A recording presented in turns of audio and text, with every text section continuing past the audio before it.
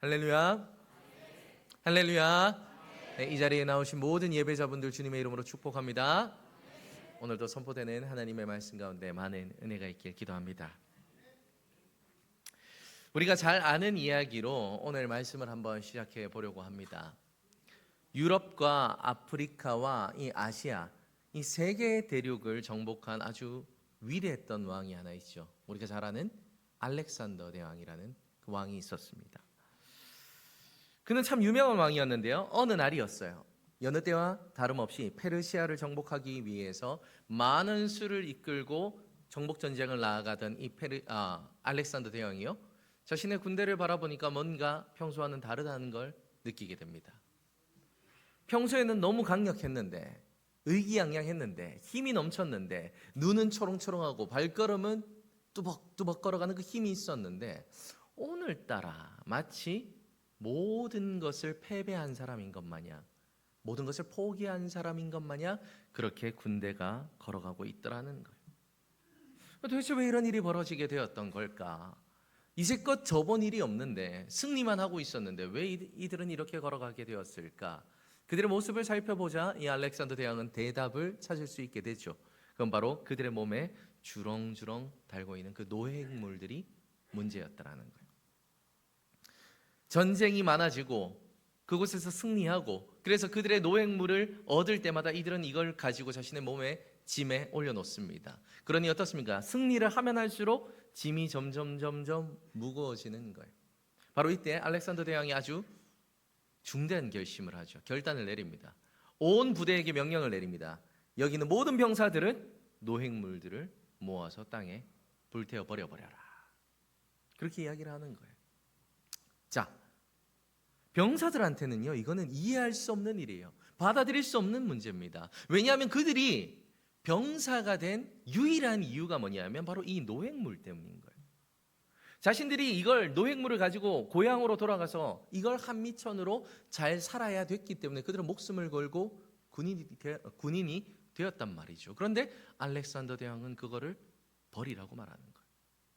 도무지 이해할 수 없는 상황이 온 거죠. 그런데 그들은요, 놀랍게도 자신의 노획물들을 다 모아서 버리기 시작합니다. 이유는 단 한 가지였습니다. 알렉산더 대왕을 믿었기 때문이에요. 이제껏 우리를 승리로 이끌었던 저 대왕, 저의 말을 한번 믿어보자. 그것만이 우리가 살 길이다. 그 병사들은 그렇게 생각을 했어요. 그러니 이해할 수 없는 그 명령에 믿음으로 응답하게 되었고, 우리는 알게 되죠. 그 알렉산더 대왕의 이 군대가 얼마나 강력한 진보를 이루었는지 우리는 역사 가운데 보게 되는 겁니다. 이 짧은 이야기를 통해서요, 우리는요, 인생 가운데 진정한 승리의 비결이 무엇인지를 깨닫게 됩니다. 그것은 바로 왕에 대한 온전한 믿음이 있는가라는 것이죠. 근데 오늘 본문에도요, 바로 이와 같은 모습이 등장합니다. 알렉산더 왕의 이야기와 같이 전쟁을 앞둔 이 여호사밧 왕과 그의 백성들의 이야기가 오늘 본문에 기록되어 있는 거죠. 우리가 잘 아는 것처럼요, 이 솔로몬 이 왕이 된 이후 어떻게 됩니까? 남과 북으로 안타깝게도 이 왕국은 나뉘게 되죠. 남유다와 북이스라엘로 나뉘게 되는 겁니다. 자, 그리고 나서 많은 것들이 변하는데 제일 많이 변했던 건 뭐냐면 주변 국가들의 침략이었어요. 사울 왕 때도 조금 약했지만요, 다윗 왕 2대째인 다윗 왕이 들어서면서부터 이스라엘 왕국에게 따라붙는 별명이 하나 있으니 그건 바로 뭐냐면 절대적인 하나님이 보호하시는 나라, 아무도 침범할 수 없는 나라, 최고의 국력을 자랑하던 나라가 바로 이스라엘 왕국이었어요. 그리고 다윗 왕이 죽었지만 솔로몬 왕이 되었을 때 그 힘은 절정을 향해 달려갔습니다. 그러니까 아무도 침범할 수도 없고 오히려 화친을 맺어서 이제 잘 지내보려고 하는 그런 마음밖에 없었던 것이 그 나라의 현실이었어요. 그런데 나라가 쪼개진 거예요. 남유다에는 이제 두 개의 지파밖에 없는 겁니다. 남북으로 쪼개져서 서로를 미워하기 시작하는 거예요. 그러니 주변 나라들은 어떻게 될까요? 옳았구나, 이게 기회다. 우리가 저 나라를 잡아먹어야겠다. 그동안 잠잠히 있던 나라들이 이제 일어나기 시작하는 거죠. 사방에서 침략이 들어오기 시작하는 겁니다. 그러니 어떻습니까? 한 마음과 한 뜻이 돼서 그들을 몰아쳐야 됨에도, 물리쳐야 됨에도 불구하고 이들이 했던 일은요, 그게 아니었어요. 남유다와 북이스라엘에 있던 이 모든 왕들은 한 마음과 한 뜻이 되기는커녕 자신의 입속을 챙기기에 너무나 바빴던 거죠. 그러니 그 결과 이방 종교가 만행하기 시작하는 겁니다. 그리고 경제적으로 사법적으로 퇴폐하기 시작하죠. 불과 한 세대도 지나가기 전에 이와 같은 일들이 벌어지기 시작하는 겁니다. 자, 바로 그때 남유다에서 이 모든 것들을 개혁하자, 하나님께로 돌아가자라고 일어섰던 왕이 있으니 그 왕이 누구냐 하면 바로 이 여호사밧 왕의 아버지인 아사 왕이었어요. 아사 왕. 그가 일어나는 거죠. 우리가 하나님께로 돌아가야 됩니다. 이렇게 살아서는 안 됩니다. 철저한 종교 개혁을 단행하는 겁니다. 자, 그리고 그의 밑에서 자랐기에 여호사밧 안에도요, 이 정결한 마음이 있었던 것 같아요. 하나님을 붙잡는 그런 마음이 있었던 것 같습니다. 그러니 어떻습니까? 그가 자라서 왕이 되었을 때 그가 했던 일은 아세라 신당들을 무너뜨리는 거예요. 이방 신전들을 없애버리는 거죠. 그리고 백성들에게 율법을 가르치고 사회에 하나님의 정의를 선포하기 시작합니다. 그리고 오직 하나님만 의지하며 살아야 된다라는 이 신앙의 진리, 인생의 진리를 백성들에게 가르쳤던 자가 바로 이 여호사밧이라는 왕이었어요. 자, 그런데 그 가운데 큰 위기가 닥치게 되죠. 오랜 원수와도 같은 이 모압과 암몬 자손들이 마온 사람들과 함께 힘을 모아서 이제 남유다를 치러 온 겁니다. 자, 이렇게 얘기를 하니까 우리나라 지명이 아니라서 잘 이해가 안 되시겠죠. 이게 사실 여호사밧 왕에겐 정말 배신감이 드는 사건이었거든요. 왜 그렇습니까? 그의 역사를 보면요, 이 이스라엘의 역사를 보면 이런 역사를 살펴볼 수가 있죠. 그 옛날 믿음의 선조들이 출애굽을 하던 시절 가운데 광야에서 너무 굶주리고 너무 힘들고 너무 살 길이 없으니 이 모압과 이 암몬 자손이 있던 그 땅에 들어가서 그들의 영토를 조금 빼앗아서 살고자 하는 마음이 좀 들었습니다. 그래서 저 땅을 좀 침범해서 저들을 전멸시키진 않더라도 우리가 저 땅에서 좀 같이 먹고 살아야겠다, 이런 생각을 했던 거죠. 그런데 그때 누가 막아섰냐면 바로 하나님이 막아섭니다. 하나님께서 얘기를 하죠. 그 땅은 내가 그들에게 준 것이니 너희는 절대 침노치 말아라. 하나님은요, 모압과 암몬 자손들을 지켜주세요. 롯의 자손을 지켜주신단 말이에요. 그런데 어떻습니까? 이제 그들이 그 모든 하나님의 은혜를 잊어버리고 뒤통수를 치러 오는 거예요. 마온 사람들까지 모아서 힘을 모아서 남유다를 멸망시키러 오는 겁니다. 얼마나 배신감이 들겠습니까? 우리가 베풀어준 은혜가 있는데, 우리가 행한 사랑이 있는데 어떻게 니들이 그럴 수 있느냐, 이런 마음이 들겠죠. 그러니 여호사밧 왕이요, 두려움과 분노에 떨며 하나님 앞에 나아가는 겁니다. 그리고 나서 얘기를 하는 거죠. 하나님, 우리의 억울함을 아시죠? 하나님, 도와주십시오. 여호사밧 왕은 하나님을 붙잡고 기도합니다. 그렇습니다. 우리가 삶을 살아가다 보면요, 이런 일을 안 겪었으면 좋겠는데 우리들이 삶을 살아가는 가운데 이런 일을 겪을 때가 있죠. 누가 봐도 저 사람은 나쁜 사람인데 그 사람이 나를 공격하면 그나마 괜찮아요. 근데 옛날에 내가 도와줬던 사람, 내가 사랑으로 베풀었던 사람, 내가 사랑으로 안았던 사람이 우리의 인생의 뒤통수를 칠 때가 있어요. 참, 그럼 어떻습니까?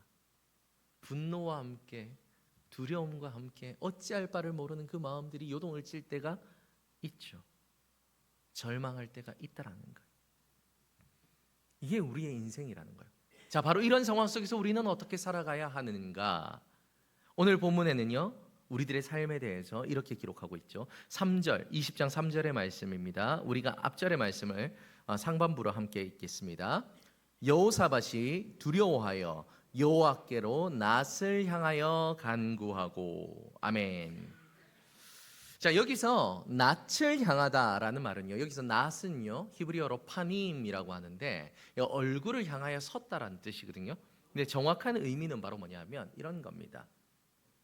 내 주변에 있는 모든 것들을 다 치워버리고 하나님만 바라보고 서 있었다라는 거예요. 내 환경, 내 힘, 내 주변 사람, 내 생각, 모든 것들을 이 시간은 내려놓고 그때 오직 하나님께 집중하고 또 집중하고 또 집중하는 것을 여호와께 낯을 향했다라는 표현이라는 거예요. 여호사밧은요, 전쟁이라고 하는 그 말할 수 없는 두려움 가운데 그가 했던 일이 무엇입니까? 하나님께 집중하기 시작했다라는 거예요. 그리고 3절 후반절을 보면요, 여호사밧은 또 한 번 뭘 하냐면 온 유다 백성에게 금식을 선포하죠. 구약에 나와 있는 이 금식의 의미는 참 다양한 것이 있겠지만 오늘 본문에서 말하고자 하는 의미는 아주 분명합니다. 그것은 모든 것을 내려놓고 하나님께 집중하라는 것. 그렇지 않습니까? 전쟁입니다. 전쟁. 말할 수 없는 위기예요. 그러면 금식을 할 게 아니라 더 잘 먹여야죠. 힘을 비축해야죠. 창과 칼을 갈고 닦아야죠. 굶을 때가 아니라는 거예요. 근데 금식을 선포하는 겁니다. 여호사밧은요, 자신이 할 수 있는 일이 아니라 하나님이 하시는 일에 집중하기 시작한 겁니다. 사랑하는 성도님, 여기에 우리들의 인생의 비결이 숨어 있음을 믿으시길 바랍니다. 우리는 삶을 살아가는 가운데요, 너무나 자연스럽게 내가 할 수 있는 일에 집중을 하게 되죠. 어떤 사건이 터졌을 때, 아니면 삶의 모든 일상 가운데, 그래서 내가 뭘 할 수 있지? 나에게 주어진 것은 무엇이지? 내가 뭘 할까? 무엇 할까?로 우리들의 머릿속은 온통 가득 차 있죠. 근데 여호사밧은 말하는 거예요. 위기가 깊어질수록, 어둠이 가까울수록 우리는 하나님이 하실 일에 집중할 수 있어야 된다는 겁니다. 그것이 파님 여호와께 낯을 향하여라는 뜻인 거죠. 자, 그러면 여기서 우리는 한번 질문해 볼 수 있죠. 여호사밧은 왜 그런 선택을 했다는 것일까? 그에겐 힘이 없었던 것일까? 그렇지 않습니다. 암몬과 모압 족속, 그리고 마온 사람들이 모여오는 그 위기는 분명 큰 위기였지만요, 여호사밧에게는 강력한 군대가 있었죠. 성벽이 있습니다. 지략을 잘 짜면요, 그들을 물리칠 수 있는 충분한 힘이 그에게 있었다라는 거예요. 힘이 없었던 게 아니라는 거죠. 자, 그러면 그는 머리가 나빴던 것일까? 그것도 아니죠. 당시 이 퇴폐한 나라를 세우기 위해서 아사 왕 아버지로부터 정말 엘리트 교육을 다 받아서 커서는 종교적, 경제적, 군사적인 그 모든 부분에서 개혁을 일으킨 자가 바로 이 여호사밧 왕이에요. 결코 머리가 나빴던 자가 아니라는 거예요. 지혜도 충만했다는 겁니다. 자, 그러면 힘도 있고 지혜도 충만한데 그러면 무엇이 부족했을까? 그러면 용기가 부족했겠구나 라고 생각할 수 있지만 그것도 아닙니다. 생각해 보십시오. 당시에 만연돼 있는 이방 신전들을 무너뜨리는데 얼마나 많은 용기가 필요했을까요? 많은 정치인들이 그것은 아닙니다, 그것을 가지고 있어야 우리나라의 이득이 됩니다라고 말할 때 정면으로 거스르며 믿음으로 살기 위해서 여호사밧은 얼마나 큰 용기를 냈어야 됐을까요? 용기가 부족한 자가 아니었다라는 거예요. 그에게는 오히려 너무나 뜨거운 하나님을 향한 열망과 용기가 있던 자였다라는 거죠. 자, 그런데 그런 자가 힘도 있고 지혜도 있고 용기도 있던 자가 왜 금식까지 선포하며 하나님만 바라봤던 것일까? 제가 결론적으로 답부터 먼저 미리 드리면 이 질문에 대한 답은 아주 너무나 명확하죠. 여호사밧은요, 자신이 아니라 하나님을 믿었기 때문이에요. 우리에게 너무나 뻔한 대답 같지만요, 다시 한번 말씀드립니다. 여호사밧은요, 자신이 아니라 하나님을 믿었다라는 겁니다. 놀랍게도 이것을 신앙이라고 얘기해요. 제가 왜 놀랍다라고 이야기를 하는 겁니까? 우리는 알지만 이 믿음을 가지고 있지 않기 때문이에요. 우리는 여전히 하나님보다 나를 믿습니다. 우리는 여전히 하나님보다 나의 생각을 믿습니다. 우리는 여전히 하나님보다 나의 환경을 믿고요, 우리는 여전히 하나님보다 나의 주변 사람들을 믿죠. 제가 예전에 우스갯소리로 하나의 예를 들어봤지 않습니까? 제가 제 아내에게 예를 든 겁니다. 돈이 제 아내에게 한 통장에 100억 정도가 있다고 생각을 해봅시다. 100억. 예를 든 거죠. 그럴 수가 없죠. 저기서 흐뭇하게 웃으면서 100억은 무슨 하고 웃는 분들이 계신데, 맞아요, 없습니다. 혹여나 저한테 전화를 하시면 안 됩니다. 없어요, 그런 돈은. 예를 든 거예요. 100억이 있다고 생각을 해봅시다. 그런데 제가 어느 날 운전을 하고 가다가 롤스로이스에게 꽝 들이박은 거예요. 롤스로이스가 차가 기본이 얼마죠? 3억에서 5억 정도가 하죠. 꽝 들이박은 거예요. 제가 다 박은 거예요. 자, 그때 제 아내한테 지금 얼마가 있다? 100억. 이거 큰일 나겠네, 이거 나중에 되면. 예를 든 거예요. 100억 있어요. 그러면 제가 걱정을 할까요, 안 할까요? 순간은 놀랐겠지만 내려서 전화를 꺼내 들겠죠. 전화를 주소면 잠깐만 기다려보라고. 죄송합니다, 잠깐만. 그리고 전화를 누구한테 걸까요? 아내한테 걸겠죠. 왜? 아내는 사랑이 많고, 아내는 신실하여, 아내는 나를 도와줄 것이 분명하기 때문에. 전화해서 얘기를 할까요? 여보, 내가 깜빡 졸다가 롤스로이스를 박았는데 한 3억 정도가 필요한 것 같아. 정말 미안한데 3억만 용돈으로 주면 안 될까? 말할 수 있겠죠. 100억이 있는데, 내 아내인데. 그렇죠? 제가 이 얘기를 왜 드리는 겁니까? 이것을요, 믿음이라고 하는 거예요. 아내는 나를 사랑하고 아내는 나를 도와줄 것이다. 자, 근데 우리가 살아가는 가운데 우리들의 인생에 문제가 있습니까? 없습니까? 근데 왜 기도를 하지 않습니까? 우리에게 이와 같은 믿음이 없는 거예요. 하나님이 돈이 없으십니까? 하나님이 권능이 없으십니까? 하나님이 사랑이 없으십니까? 왜 기도를 하지 않는 것입니까? 여호사밧은 오늘 본문을 통해 우리에게 분명한 삶의 목표를 보여주는 겁니다. 믿는 자라면 내가 왕이라 할지라도, 지혜가 많고 군사가 많고 용기가 많다 할지라도 무엇을 가장 먼저 붙들어야 된다? 하나님. 무엇을 가장 붙들어야 된다?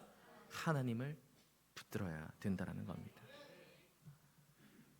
그렇습니다. 그러니 어떻습니까? 하나님을 붙잡고 하나님께 집중하기 시작하자 하나님의 응답이 떨어지죠. 오늘 본문은 아니지만 14절 이후의 내용을 보면요, 이 레위 지파의 야시엘이라는 사람에게 하나님의 말씀이 임합니다. 내용은 아주 명료합니다. 온 유다와 예루살렘 주민아, 여호사밧 왕이여 들을지어다. 여호와께서 이같이 너희에게 말씀하시기를 너희는 이 큰 무리로 말미암아 두려워하거나 놀라지 말라. 이 전쟁은 너희에게 속한 것이 아니니 하나님께 속한 것이니라. 할렐루야. 이 전쟁은 하나님께 속해 있다라는 거예요. 그러니 말씀하십니다. 너희들은 싸울 것도 없다. 내가 너희들을 구원하는 것을 너희들은 보게 될 것이다.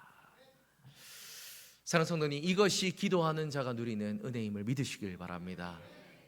물론 자신의 힘으로도 그 문제를 해결할 수 있었을 겁니다. 하지만 그는 그 모든 걸 내려놓고 기도하자 하나님의 역사를 목격하게 되는 거예요.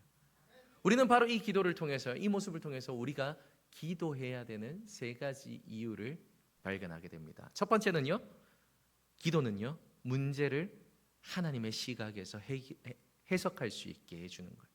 기도에 그런 능력이 있다는 거예요. 성경에 기록되어 있는 여호사밧의 이 모습을 보면요, 그가 평소에 얼마나 기도를 열심히 했는 자인지를 알게 되죠. 종교개혁을 그냥 하겠습니까? 이런 위험한 문제가 일어났을 때 그가 그냥 무릎을 꿇을 수 있었겠습니까? 아니죠. 그가 평소에 기도했던 자라는 거예요. 그는 늘 하나님을 붙들었던 자라는 거죠. 그러니 그 타락한 시대 속에서도 말씀으로 정결하게 살 수 있었다라는 겁니다. 자, 그러니 그 상황 속에서 문제가 일어났을 때, 그리고 제가 말씀드리는 것처럼 도무지 이해되지 않는 상황이 일어났을 때 어떻게 됩니까? 하나님의 시야가 열리는 거예요. 우리 민족이 저 모압과 암몬에게 베풀어진 은혜가 있는데 도대체 저 사람들은 왜 우리를 치는가 이해할 수 없죠. 머리로 납득이 안 가는 거예요. 근데 기도하자 보이는 거죠. 이것은 하나님의 전쟁이구나. 인간의 문제가 아니구나. 영적인 문제구나. 저도 실제로 그런 일을 경험했던 적이 있습니다. 우리가 흔히 하는 말 중에 뭐냐면, 수련회나 부흥회가 끝나면 우리가 한참 그래서 은혜 받았을 때 무엇이 같이 온다? 시험이 온다라고 얘기를 하잖아요. 그런 일을 유독 많이 경험을 하더라고요. 어느 날도 그랬어요. 제가 부흥회를 딱 끝나고 돌아왔는데 너무 은혜 충만해서 막 집에서도 찬양을 부르면서 기타를 치면서 이러고 있었는데 문자 한 통을 받았는데 제 마음이 무너지는 거예요. 왜냐하면 제가 정말 오랫동안 아끼고, 정말 그 아이가 군대 갈 때 정말 모든 이들이 배신해서 그 아이 군대를 보내주지 않을 때 저는 그 어머니를 모시고 그 멀리 강원도까지 갔다 올 정도로 그 아이를 돌본 아이가 있었는데, 이 아이가 뒤에서 제 헌담을 그렇게 하고 다니면서 우리 교회 욕을 하고 다닌다는 소식을 제가 그때 들은 거예요. 와, 마음이 무너지더라고요. 제가 그때는 성격이 불같았거든요. 그 얘기를 딱 전에 듣는 순간 그 소식이 누구한테까지 갔냐면 저희 누나도 나중에 알게 됐습니다. 그러니까 저희 누나가 제 방문 앞을 지켰어요. 못 나가도록. 사단이 날 줄 알고. 이런 일들이 많이 경험하니까 누나도 아는 거예요. 하도 이런 일들 뒤통수를 많이 당하니까 분노에 어찌할 바를 모르는데, 참 감사하죠. 제 방 안에 갇혀 있으니까 제가 할 수 있는 일은 뭐냐면 기도밖에 할 수 없는 거예요. 방 안이니까. 그때 방이 진짜 좁았어요. 침대 있고 돌아서면 책상이 전부였습니다. 좁은 방 안이었어요. 날뛸 수도 없는 그 좁은 방 안에서 제가 할 수 있는 유일한 일이라고는 기도밖에 없었어요. 그렇게 기도하자 알게 되는 거죠. 왜 굳이 이런 문자가 이 시기에 왔을까? 왜 그런 내가 알아서 별 필요 없는 내용이 나에게 알려지게 되었을까? 이것은 인간적인 문제가 아니구나. 내가 하나님께로 나아가고자 하는 이 시간을 막으려는 영적인 싸움이구나. 이해가 되더라고요. 그러니까 그 아이가 오히려 불쌍해 보이는 거예요. 저 아이가 은혜를 못 누리니까 오히려 악한 일에 휘둘리게 되는 거구나. 기도에는 이런 능력이 있음을 믿으시길 바랍니다. 우리가 도무지 납득되지 않는 일들이 일생 가운데 많이 일어나죠. 왜 이런 일이 나에게 겹치는가? 나는 열심히 산 것 같은데 내가 뭘 잘못했는가? 인간의 머리로는 이해되지 않는 일들이 많이 있지만 기도하면 하나님의 시야가 열리기 시작하는 겁니다. 그리고 그들이 이해가 되기 시작하죠.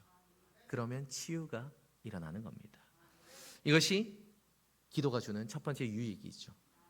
두 번째로 기도는요, 문제 가운데 하나님을 개입시키는 능력이 있습니다.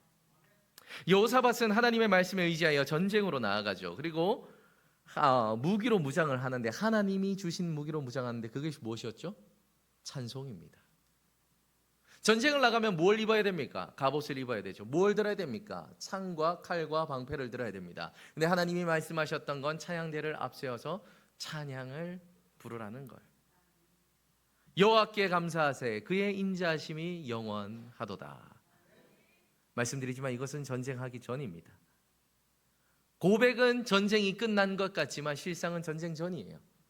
전쟁을 나가면서 찬양대를 앞에 세워서 부르는 거예요. 여호와께 감사하세 그의 인자하심이 영원합니다. 여호사밧이 이렇게 할 수 있었던 이유가 무엇입니까? 기도 가운데 분명한 하나님의 응답이 있었기 때문이죠. 이 전쟁은 누구의 것이다? 하나님의 것이다. 자, 그런데 여기서 우린 또 한번 질문을 던져볼까요? 그렇다고 해서 여호사밧처럼 실제로 행할 수 있는 자가 누가 있을까요? 전쟁이 코앞에 있는데, 적들이 눈앞에 보이는데 그 앞에 찬양대를 이끌고 나갈 수 있는 자가 몇이 있을까요? 우리가 나갈 수 없는 이유는 무엇입니까? 그건 단 하나, 나의 생각 때문인 거예요. 이해가 안 되는 거죠. 주님, 저기 있습니다. 주님은 높은 하늘에 계셔서 잘 안 보이시는 것 같은데 제가 보니 그들은 칼도 들었고요, 창도 들었고요, 방패도 들었어요. 저희가 지금 찬양을 부를 때가 아닌 것 같습니다. 나의 생각과 나의 이해죠. 근데 믿음은 그 이해를 뛰어넘었을 때 있는 거예요. 하나님이 말씀하시니 이 전쟁은 나의 것이라니 여호사밧은 결단하는 겁니다. 내가 할 것이라곤 찬양밖에 없다. 찬양을 부르며 나아가는 거예요. 하나님이 개입하기 시작하는 겁니다. 기도에는 이런 능력이 있음을 믿으시길 바랍니다.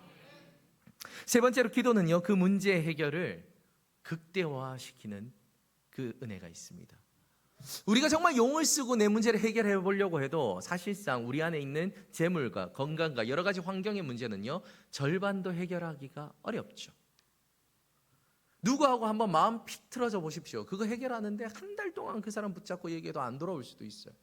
내 모든 힘을 써도요, 나에게 닥친 문제는요, 절반도 해결하기 어려운 게 우리들의 한계라는 거예요. 근데 놀랍게도 하나님은 말씀하시죠. 하나님께 이 일을 맡기면 최소가 몇 배입니까? 30배. 그렇죠. 최소가 30배예요. 30배, 60배, 100배의 결실을 맺게 되는 줄 믿으시길 바랍니다. 극대화가 되더라는 거예요. 똑같은 문제가 해결되더라도요. 전쟁을 이기는데도 여러 가지 방식이 있겠죠. 똑같은 문제가 해결되더라도 하나님이 개입되면 그 극대화가 달라지는 거죠. 우리가 피 흘리면서 정말 헉헉거리면서 겨우 이겨내는 것도 승리죠. 그런데 여호사밧의 승리를 보십시오. 어떤 일이 벌어집니까? 암몬 자손과 모압 자손들이 이곳저곳 세일 사람들에게서 침략하고 노획물들을 빼앗았다가 그것 때문에 싸움이 나서 자기들끼리 질이 전멸해버리죠. 전쟁할 필요도 없는 거예요. 여호사밧의 군대가 했던 일은 무엇입니까? 그저 3일 동안 그 노획물들을 가지고 자신들의 나라로 옮기는 게 전부였어요. 전쟁을 할 필요도 없이 승리를 맛보게 되는 겁니다. 그리고 그 노획물들은 어디에 쓰이게 되는 겁니까? 모든 이방 신상들을 무너뜨린 그 여호사밧의 종교개혁 이후 나라를 다시 한번 재건하고 부강하는데 너무나 잘 사용되게 되었죠. 그리고 더 나아가 무엇입니까? 이 소문들이 주변 나라에 퍼지기 시작하는 겁니다. 야, 여호사밧이 있고 하나님이 지켜 보호하시는 그 나라 건드렸다가 저렇게 멸망한 모습을 봐라. 주변 나라들의 소문이 퍼지니 역사가 증언합니다. 여호사밧이 있던 그 시대는 태평성대하였다. 사람이 이뤄낸 승리가 이럴 수 있을까요? 그럴 수 없죠. 이것은 하나님의 승리였기에 가능한 일임을 믿으시길 바랍니다. 이처럼 기도할 때 우리에게 똑같은 결과가 주어지더라도요, 그 극대화는 달라지는 거예요. 하나님의 손길이 스쳐가면요, 그 일은 너무나 깊어지더라는 거죠.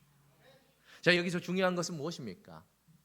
여호사밧의 이야기 알겠습니다. 오, 너무 재밌습니다. 은혜가 됩니다. 에서 끝나면 안 되죠. 여호사밧의 이야기가 우리의 이야기가 되어야 할 줄 믿습니다.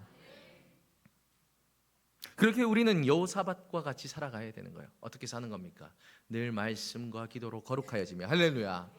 늘 하나님을 붙잡고 기도하며 할렐루야. 어떤 순간에도 하나님께 무릎을 꿇을 수 있는 준비가 되어 있어야 되는 거죠.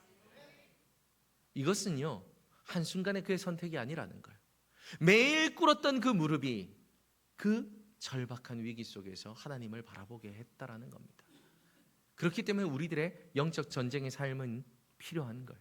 매일 내가 있는 그 장소에서 하나님을 바라며 하나님께 무릎 꿇으며 하나님을 붙잡으십시오. 그것이 아주 중대한 순간 하나님의 역사의 개입을 일으킬 겁니다. 그리고 우리는 전적으로 하나님을 믿을 수 있어야 됩니다. 우리가 몰라서가 아니라고 제가 늘 말씀드리죠.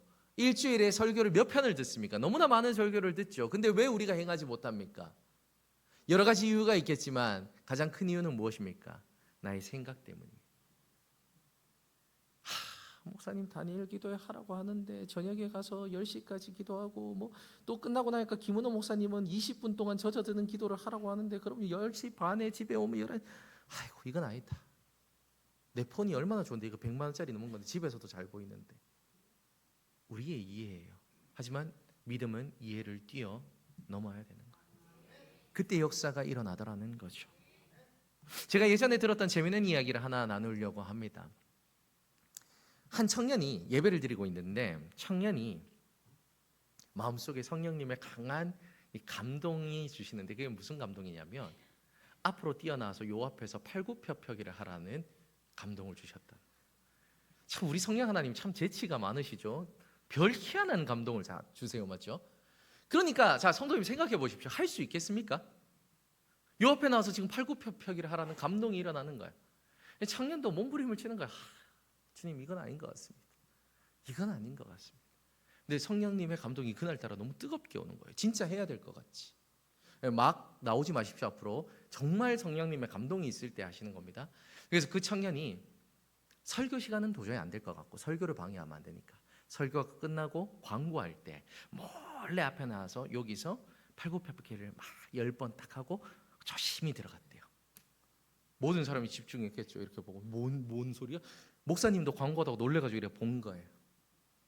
그리고 나서 뭐 들어가니까 그러려니 저 사람이 이제 끝나고 목양실로 불러야겠다 별에서 생각을 하면서 지나가는데 그 사람이 뛰어 들어갈 때 이쪽 편에서 누가 비명을 지르듯이 소리를 치며 눈물을 흘리는 거예요. 한 명이 완전 앞으로 꼬꾸라지는 겁니다. 와 그러면서 왜 그런가 알고 보니 여기 있던 한 자매였는데 인생이 너무 힘들었대요. 어린 시절부터 믿음으로 살아왔는데 너무 힘들었대요.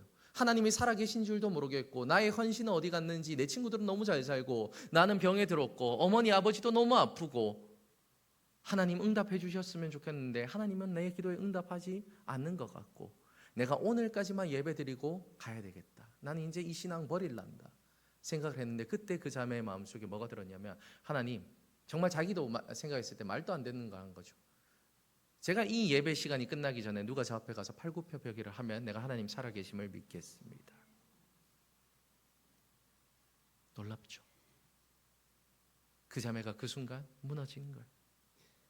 근데 저는 그 얘기를 들으면서요 이런 생각이 들었습니다. 많은 사람들이 이 이야기를 들으면 무엇에 주목하냐면, 야, 멋있다. 나도 저런 기도 응답 한번 받아봤으면 좋겠다. 그리고 속으로 주문을 외우죠. 누가 저 앞에 나와서 줄넘기를 해주셨으면, 목사님이 갑자기 마이를 집어던지고 그런 일이 일어났으면 내가 하나님의 살아계심을 믿겠습니다. 우리는 그런 걸 꿈꾸죠. 근데 그것은요, 젖먹이의 신앙입니다. 초보의 신앙이에요. 우리가 주목할 건 그게 아니에요. 우리가 주목할 건 누굽니까? 앞에 나와서 팔굽혀펴기를 했던 그 청년이에요. 그 청년의 마음속에 무엇이 있었을까요? 그 청년은 믿음의 흔들림이 없었어요. 오히려 성령님과 뜨거운 교제를 나누고 있던 자였습니다. 그러니 그 음성을 들을 수 있었겠죠. 근데 나오는 것이 얼마나 힘들었을까요? 자기의 머리로 이해가 갔을까요? 나오는 순간 얼마나 많은 사람들이 주목할 것이며, 난 이거 끝나고 나면은 목욕탕실로 1차로 끌려가고 2차로 장로님들을 만나 뵙고 3차로 집에서 부모님한테 죽었다 나는 생각 들지 않았을까요?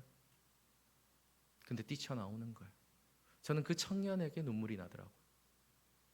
그 나오는 과정이 얼마나 힘들었을까, 얼마나 많은 고민이 있었을까. 근데 그 청년은 자신의 이해를 뛰어넘는 겁니다. 자신의 생각을 뛰어넘는 겁니다. 하나님이 하라고 하시면 내가 우스꽝스러운 사람이 돼도 좋습니다. 뛰어나오는 거예요. 그렇습니다. 바로 이것입니다. 이것을 우리는 믿음이라고 얘기를 하는 겁니다.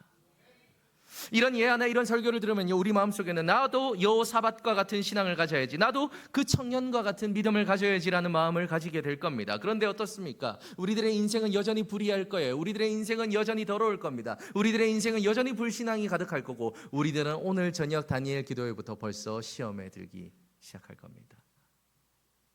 우리는 어떻게 이것을 뚫어내야 될까요? 어떻게 이해를 넘어서 믿음으로 살아갈 수 있는 거겠습니까? 너무나 많은 대답이 있겠지만요, 성경은 계속해서 한 가지의 대답을 우리에게 강요합니다. 그것은요, 하나님을 사랑하라는 겁니다. 하나님을 사랑하라는 것. 여러분, 하나님을 사랑하십니까?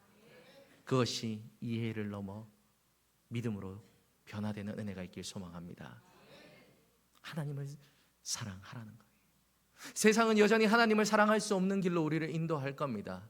돈의 문제, 인간관계의 문제, 가족의 문제, 여러 가지 문제를 통해서 하나님은 널 사랑하지 않는다고, 하나님이 널 사랑한다면 너의 인생을 보라고, 너는 왜 그렇게 엉망진창이냐고, 왜 그렇게 해결되지 않는 문제가 많냐고, 왜 그렇게 무너지는 인생이냐고, 세상은 계속해서 우리들의 마음에 시험을 던져줄 겁니다. 바로 그때 우리가 해야 되는 것은 무엇입니까?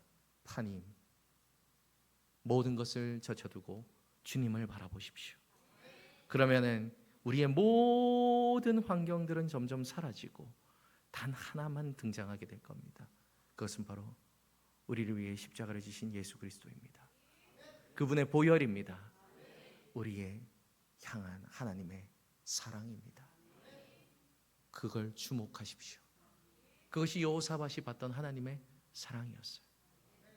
파님, 주목하여 하나님을 바라보라. 기도함으로 하나님을 바라보라. 이해를 넘어 하나님을 믿으라. 그러면 내가 역사하겠다.